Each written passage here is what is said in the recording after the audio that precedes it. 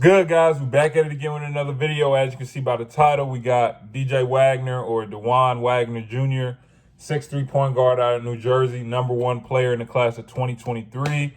In terms of me hearing about him, I mean, first I heard about his dad, who dropped 100 in a high school game. Now, I know a lot of people, you see numbers like that, oh, he didn't play competition, he didn't play anything, because there's a kid in New York right now who just dropped 70, and I see people hating.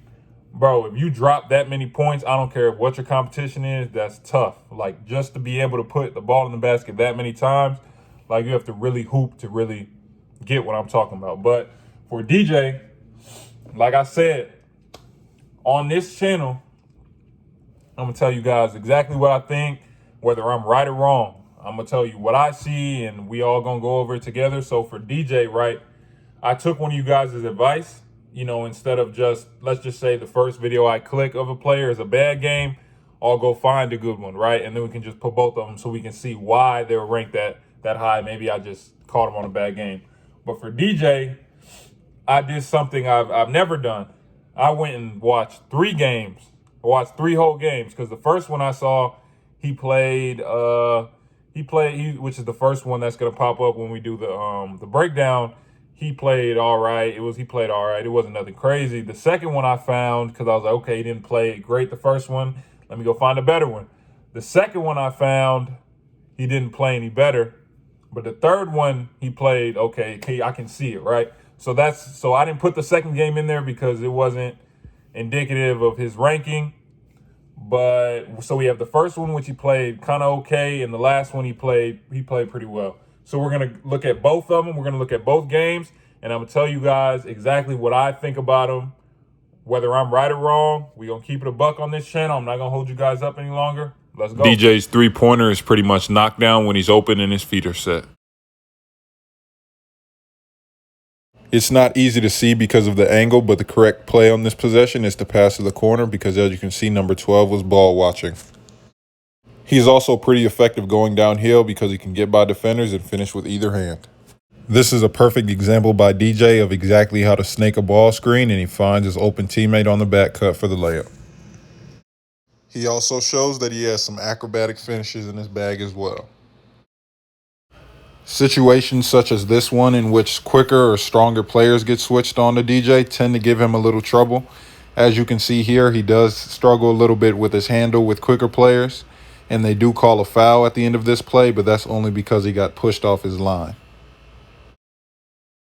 There are times within games that he does struggle to score inside the paint, like on this possession. A lot of these misses are simply because he doesn't completely gather himself and go up strong. He's actually just short-arming a lot of these layups.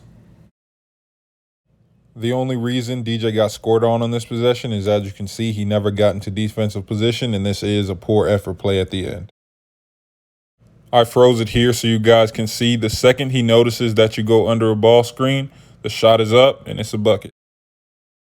As you can see here, DJ decided to bluff on the baseline. I froze it to let you guys know that if the offensive player does get by your teammate on the baseline and you're in this position, the correct play would be to try and stop him and let your teammate rotate over. Again, if he sees you go under or lay on the ball screen like that defender was doing there, it's a 3. DJ also shows great vision, and as a big man, I know his teammates happy that the ball is there when he turns around. Like I said before, the only time he struggles to finish in the paint is when he tries to be too fancy or double clutches the lay. Being able to shoot deep threes off the dribble as well as off the catch is part of what makes DJ so highly ranked. There are situations in which his jumper can become streaky, which causes misses like this. This is a tough downhill move DJ used to get by his defender and finish over him with the offhand. Okay, so DJ, now, what I'm about to say, this is my opinion. This is what I think from what I saw, because I watched 3 games. I usually don't do that. I watched 3 whole games to see, okay, how does he actually play? Let me just not look at the highlights. Let me not just watch 1 game. Let me watch 3 games, which is a pretty good sample size. Okay, how does he hoop, right? So, offensively, his game is like mostly predicated on his jump shot, right? So, as you can see, like I put in the video, if you go under that screen, or if you lay on it, or if you die on it, which is really what the coaches call it, which means like if someone's trying to screen you and you kind of like fake, like you're trying to get over it, or you hit him and you just kind of lay on him, right? You don't really get over. That's what you call like dying on the screen. If he sees you do that at all, it's gone. It's gone.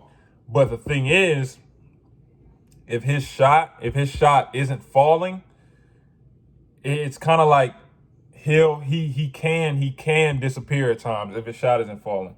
Now, it isn't disappear to the point where like, okay, you don't even know he's on the court, because he's still going to keep shooting. But what I'm saying is, all of a sudden his shots will start to get a little forced, or like in that second game, I didn't put it in there because I didn't want this to just be completely just looking like I'm just, oh yeah, bashing the kid. But he kind of, like in that game, he missed one. He missed because I'll explain it. So he gets in the half court, he misses a left hand little floater. Then they go down, he comes back down, pulls a three, misses that. Then he comes back down the next play, tries it again, and misses again. So like, he'll have stretches like that multiple times throughout a game if his shot isn't falling. But when it is falling, he's like that. Like, because when it is falling, like he can, I'm not sure, I didn't see a lot of mid-range pull-ups, but at least obviously he can pull up off the three, he can catch and shoot the three. His driving game, he can drive, he can finish with either hand. The only problem he runs into when he's trying to finish with either hand is he might try and get too fancy. So like you saw, he might, you know what I'm saying, try and double clutch, or just try and do like just alligator arm or layup, just try and do it quickly and don't really follow through with it. So that's the only reason he misses it. Now, and then defense, like every top player, well, they were playing zone, but like every top player, you know, it's kind of like, okay, we'll kind of do it here and there. So I'm not really going to knock him on that. But for the controversial part, right? So he's number one. And then the next guard ranked is Mikey at 8. And everyone else in between them is either a wing or a big. From what I watched, me personally, Brian Thomas II, from what I watched, I can't say he's that much definitively better than Mikey. I can't say that. And now, if you want to say, not because for DJ, right, he can shoot. I'd say he probably shoots better than Mikey, right? He probably shoots better than Mikey. And his passing is probably better than Mikey. But in terms of driving to the rim, finishing, I can't give him that. I can't give him the physical ability, because if Mikey's shot isn't falling, he's going to drive and he's going to hit you. And he's going to keep coming at you if his shot isn't falling. When DJ's shot isn't falling, it looks like he won't drive because he's what? Let me see. 165, right? So that's not, now they are young. He hasn't really grown into his frame yet. But at this point right now today, I can't really give him 7 spots ahead of the next guard, which is Mikey. I wouldn't feel comfortable giving him that. Now, again, that's no knock on the kid. That's just what I've seen, just watching Mikey and then watching him. I can't say the difference is something crazy. If it was on my team right now, from what I saw, I'd grab Mikey instead of DJ. But that's what I saw out of 3 games. This isn't a 1 game. This is out of 3 games. For me personally, I would take Mikey. That's not a knock on him. I still think he's a high-level talent. He'll probably definitely be a pro. But for me personally, I'd probably take Mikey. I appreciate you guys watching. Like, share, subscribe, turn on post notifications.